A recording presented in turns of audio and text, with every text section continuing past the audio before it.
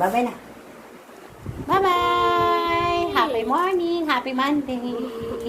Masigla yung Monday natin ngayon. Ang aga natin nag-vlog. O, diba? Sana buong linggo puro vlog. Para kumita naman tayo kay Mamita. Bye-bye! Happy Monday, everyone! Hello mga ka-viewers! Ito na nga yung eksena nung matapos manupi si Mia. Sabi ko, pag natapos na yung tupi niya, ay pwede na siya magsipi. Ayan, kaya nagsisipi na nga siya. Dahil nga sa natapos na rin si Madam maglaba, kaya ito muna ang eksena. Higa-higa muna saglit. Siyempre napagod.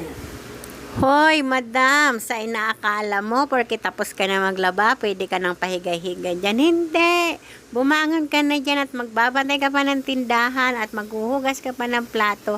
Ang dami mo pang gagawin. Mga ka-viewers, nandito ako sa kwarto. Kasi, chinek ko yung mga tinupi kahapon ni Mia. Siyempre, pagkatapos ko maglaba, bumaba na agad ako kasi nagbantay ng tindahan. So, iniwan ko yung mga tinupi ni Mia. O, ayan. Ito naman yung mga tinupi ni Mia. Tapos, siyempre, nire-review ko lang kasi yung mga pang-alis, ayan, inayos ko. Medyo nakusot. Ayan, at least, diba? Unti-unti siyang matututong magtupi-tupi. Ito ako pa nagtupi nito. Kaya, mais-ayos pa. Pero, ayan mga tupi niya. Diba? Ano masasabi niya mga ka-viewers sa tupi ni Mia? Okay na, diba? Halika dito, Mia. Uy. Halika dito. Binabalita ko nga eh. Binabalita ko nga na, na magaling ka na magtupi. Ayan.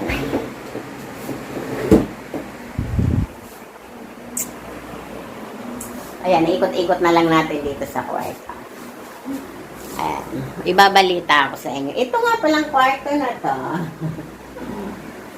Ay, kwarto namin to dati ni Mr.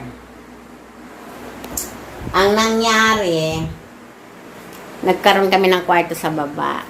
So, walang natutulog dito. Pero pinagpipilian to kung magiging kwarto ni Mia. Ikaw, Mia, anong mo? Kasi sabi ni Mia, pag 10 years old na daw siya, tsaka siya maghihiwalay sa amin ng tulog. Alin ang gusto mong kwarto? In case, sa 10 years old mo. Kay Ate Chris kwarto. So, kaya pag pumupunta dito yung mga anak ko, dito sila natutulog. Kasi nga sa baba na kami, kasi nga nakakatamad umakyat. Tapos, syempre, may TV tayo dito. Ayan. Kasi ito talaga yung pinaka-kwarto namin. Pero, Madam, ayan, may upuan tayo dito. Bakit yung kwarto nyo ay wala man lang kahit isang aparador? O, diba? Yan ang question. Ito, doon nga ito sa kabila. Kaso, dinala lang dito kasi dito kami nagbihis. Ayan. May pinuntahan kami, dito kami nagbihis, kaya dinala dito yung salamin. So, kaya ang ginagawa ko dito, hangiran na lang ng mga uniform ni Mia. Mas nagnononopi ako, ayan. Kaya kahit matagal maibaba, okay lang kasi wala namang natutulog dito. Pero pag nandito yung mga anak ko, pag sa Sunday, may mga pumunta dito, dito sila natutulog. So, kailangan natanggal na itong mga tinupi kaya inaayos ko. Ang tanong, bakit Madam? Wala ka man lang kahit isang aparador dito. Kasi nga, yung mga damit namin nandun sa baba. At saka, may dressing room kami. Ito yung pinaka-dressing room namin mga ka-viewers. So, kaya wala talagang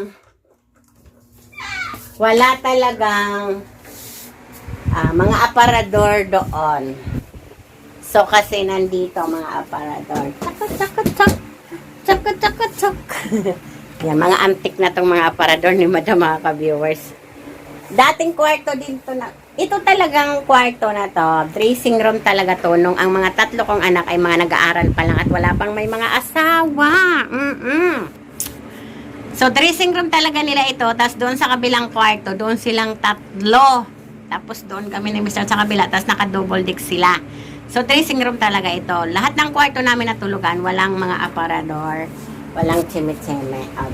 Chismosang aga ko nag-chismis. Yon, kaya ayan, dito yung mga damit ni Mr. Tapos yung mga damit ni Mia. Nag-chismis na tayo, eh, no?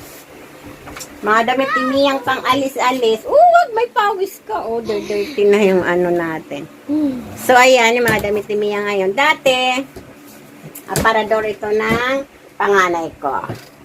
So, hindi ako mahilig magbinili-bili ng mga kuwan. Basta may malagyan ako, may mga orokan, okay na. Ayan, kaya puro orokan yan. Mamaya ipapalipot ko sa inyo. Wait lang. Dressing room. Kaya ayun, ang kwarto namin ay walang aparador. So, dito naman tayo. Ayan, patunay lang na graduate na yung mga anak ko ng college. So, ito ang Mia, halika dito.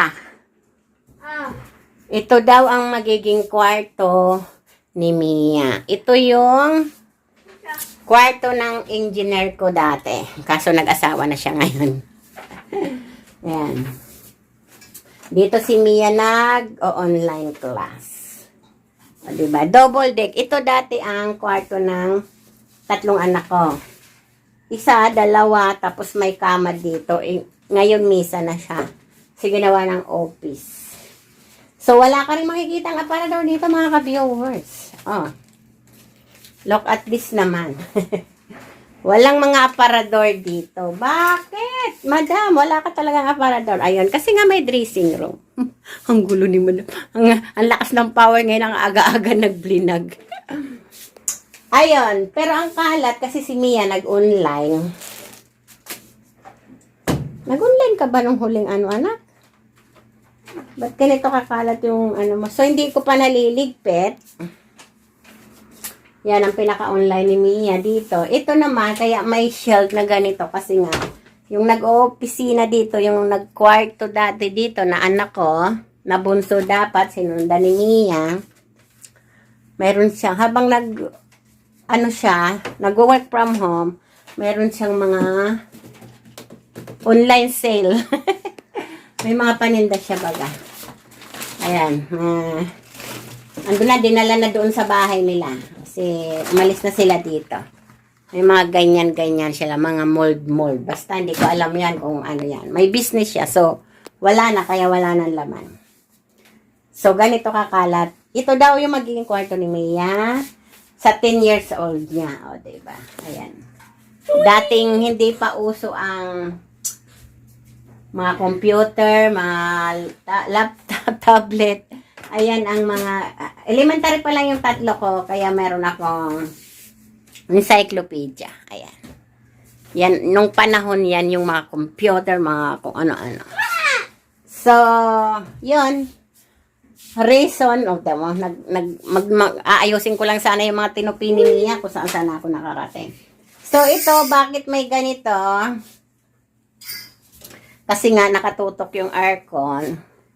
So, dito ang bagsak. Minsan, sobrang lamig sa natutulog. And then, syempre si Mia, pag nag-online, dito yung likod niya, kasi dito siya, kitang-kita yung tulugan. Baka sabihin si Mia, habang nag-online, ay natutulog. O, yon.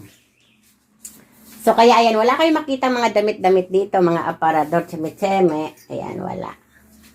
So, dito naman, ito yung pinakasalas namin. Ang nangyari, bodega na siya ngayon. Kaya wag na kayong magtaka, mga ka-viewers. Mga bodega na yan. Dating salas namin to. So, hindi pa naaayos. Kasi nga, si Mia na lang ang naiwan. Yun. Kaya bababa na tayo. Nagpaalam lang ako ng saglit kay Mr. Sabi ko, ayusin ko lang yung mga tinupi ni Mia. Pero ang nangyari, ito ang ginawa ko. Mamaya pagalitan ako nun. Kasi, sabi ko 30 minutes lang. Dahil nga, papasok siya. So, may CR dito. Para na tayo nag-tour bodega dito. So, ayan, may mga basahan yun. Bodega nga ito, diba? Ayan. Bodega tawag ko dito. Mga basahan, nandiyan yung hagdan in case na may mga kailangan kami dito sa bahay, may misa. Ngayon, malapit na ako magtinda ng mga ano ulit. So, dyan tayo. Kailan na? Hindi, pag pumunta dito si Mami. Tapos, siyempre, ito lang ang CR. Simple lang yung parang namin. Luma na. Siyempre, napaglumaan na ng panahon. Tumanda na si Madam. Kaya hindi na naaayos yung... Hindi na naaayos yung bahay. Ayan. Kaya, tindahan. So, ang nangyari, okay na siguro itong tupi ni Mia. Bababa na lang ako. Okay na yung mga tupi mo. So, ayan, dalhin mo na to. Kasi, pang alis-alis ko yan. Huwag mo, ano, dalhin mo na to sa baba. Ito pa. Yung mga ibababa natin. Kasi nga, nandun ang mga gamit namin sa baba. Yung mga damit namin talaga na sinusuot everyday ay nasa baba. Yan, mga ka-viewers. Bakit? Yun ang dahilan kung bakit wala kami kahit na anong aparador dito sa 2 kwarto na tinutulugan. Kasi nga, may dressing room. Diba? Sosyal. Yan. Ito yung dressing room.